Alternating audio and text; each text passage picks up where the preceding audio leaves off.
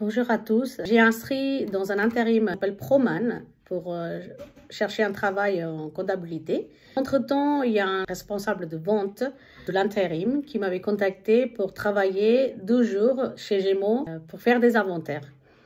Quand il m'avait proposé le travail, c'était mon jour d'anniversaire, le 11 décembre, et je suis partie travailler quand même. Il m'avait envoyé la confirmation que le dimanche soir, dimanche 10 décembre à 15 h après-midi. Donc, je ne comprends pas l'intérim qui m'a envoyé une confirmation que le dimanche. Quand même, je les acceptais. Je suis partie travailler. Donc, j'ai commencé le travail à 14 h jusqu'à 18 h, sans faire une petite pause. On est resté travailler 4 heures debout. Donc, je suis rentrée à 18 h chez moi. La responsable intérim de Proman, elle m'avait demandé de l'envoyer la pièce d'identité, la carte Vitale et un RIB pour faire un virement. J'ai tout envoyé avant d'aller travailler, c'est-à-dire c'est la semaine d'avant.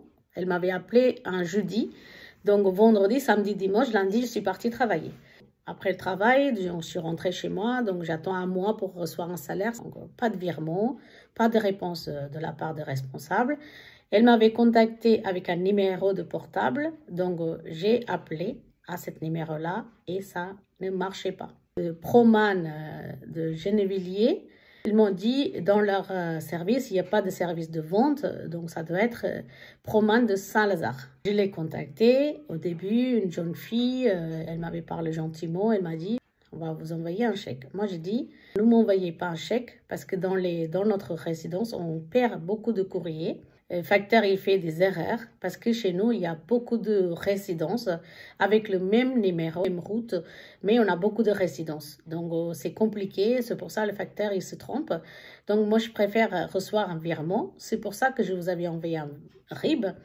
Et aussi, la personne qui m'avait contacté, qu'elle m'avait promis qu'elle va en faire un virement aussi. Donc, je l'avais envoyé un RIB. Donc, elle m'a dit, attendez une semaine, 1 à 2 semaines pour faire un virement parce que ça prend le temps. Donc, je ne comprends pas, un virement, ça prend même pas 2 ou 3 jours. Donc, je ne comprenais pas quand elle m'avait dit 2 ou 3 semaines. Je dis quand même accepté.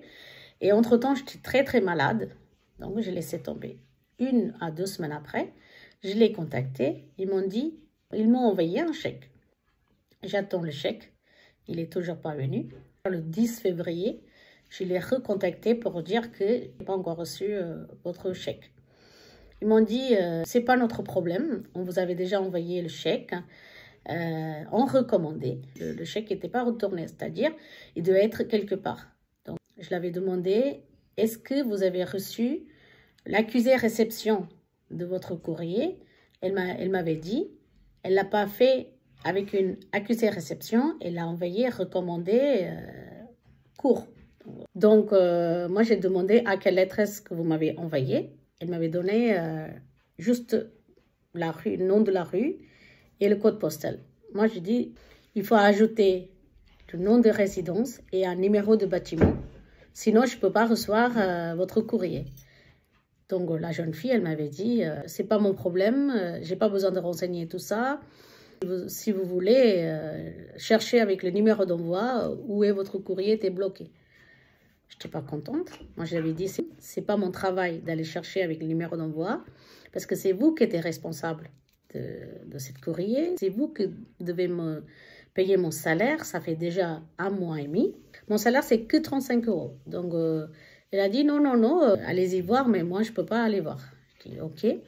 Je suis partie à la poste. J'ai demandé à un responsable de la poste. Il l'avait vérifié. Il avait dit, le courrier était renvoyé à expéditeur, car l'adresse était incomplète. J'ai fait un mail disant que je suis partie voir à la poste et le courrier était renvoyé. Ils m'ont dit qu'ils n'ont pas encore reçu le courrier, donc il ne peut pas me faire un virement, il ne peut pas me faire un autre chèque. J'attends. 1 semaine après, 1 semaine et demie, donc j'appelle. Elle a dit qu'elle n'a pas encore reçu. Et puis, 1 semaine après, elle m'avait dit « Ah, voilà, on a reçu, votre courrier était retourné. » Je dis « Mais vous ne pouvez pas m'appeler pour me confirmer que vous avez bien reçu votre chèque ?» Elle a dit « Oui, je voulais vous appeler, mais entre-temps, vous m'avez appelé. » Vraiment, les réponses étaient très mal, incorrectes. un salarié qui travaillait dans un intérim comme ça. C'est la première fois que ça m'est arrivé parce que j'ai travaillé avec plusieurs intérims. J'ai travaillé au moins 5-6 différents intérims en Île-de-France. C'est la première fois que j'ai connu Proman. J'ai jamais entendu parler le nom de Proman. Ils ont dit ils ont reçu le chèque, donc ils vont me refaire un autre chèque. Je dis désolé, je ne veux plus recevoir de chèque. Faites-moi un virement. Ils m'ont dit. Dans ce cas-là, le chèque il doit être retourné au siège. Le siège il se situe en Marseille ou Lyon, je ne me rappelle plus. Donc le temps de recevoir le chèque au siège pour annuler le chèque et faire un virement, ça va prendre encore 2-3 semaines. Je dis non, c'est pas mon problème. Je veux recevoir mon salaire le plus rapidement possible, sinon je vais faire des procédures. Le jour même, un autre monsieur, je ne sais pas c'est qui, ça peut être un responsable. Écoutez, madame, je vais faire un chèque avec recommandé. Moi-même, je vais aller poster aujourd'hui. C'était passé mardi dernier. Aujourd'hui, on est le 4 mars. Donc, c'était passé le mardi dernier. Il m'avait dit que je vais vous envoyer le chèque par recommandé. Moi-même, je vais aller poster. Moi, j'ai dit, monsieur, il faut une adresse complète. Il a dit, bah, dites-moi. J'ai dit, je vais faire un mail avec l'adresse complète. Il a dit, non, non, non, dites-moi tout de suite. Donc, j'ai donné le nom de la rue, le nom de résidence, le numéro de bâtiment, tout. Donc, il a écrit lui-même. Il a dit, vous allez recevoir dans 48 heures. Donc, mardi, mercredi, jeudi, vendredi. Donc, ça fait déjà 72 heures. Je ne veux pas lui déranger. Peut-être que je vais recevoir samedi. Ben, on est le lundi 4 mars. Je n'ai toujours pas reçu le chèque. J'appelle à nouveau à Proman et elle m'avait dit le chèque a été envoyé par recommandé, peut-être ça prend le temps, je ne sais pas.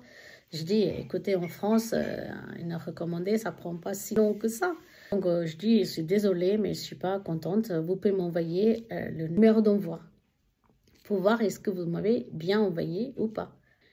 Elle m'a dit oui d'accord, j'attends. Elle ne m'a pas envoyé par mail. J'ai relancé par téléphone 1 heure après.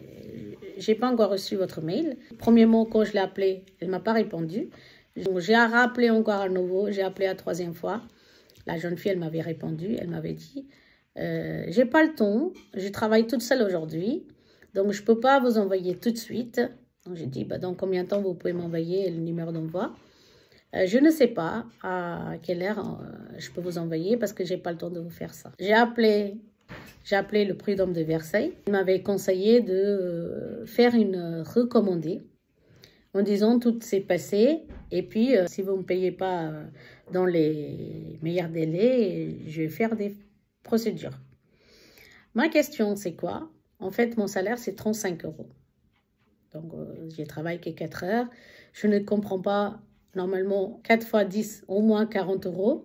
Mais là, je ne comprends pas. Avec intérim, normalement 40 € plus quelque chose avec congé payé. Mais là, c'est 35 €. Je ne comprenais pas c'est quoi l'histoire. Il faut recommencer une autre procédure pour ça. Donc déjà, je dois toucher mon salaire avec ma fiche de paye pour voir comment ils ont calculé mon salaire. Donc ça, c'est autre chose. De ma place, qu'est-ce que vous pouvez faire? Qu'est-ce que vous me conseillez? Qu'est-ce que je peux faire à cet intérim?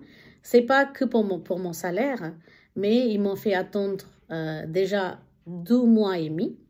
J'ai travaillé le 11 décembre. Il peut faire un virement en quelques secondes. Donc, je comprends pas qu'est-ce que ça les gêne. Est-ce qu'ils vont bien payer ou c'est 35 €, donc on ne voulait pas les payer ou on va les faire chier?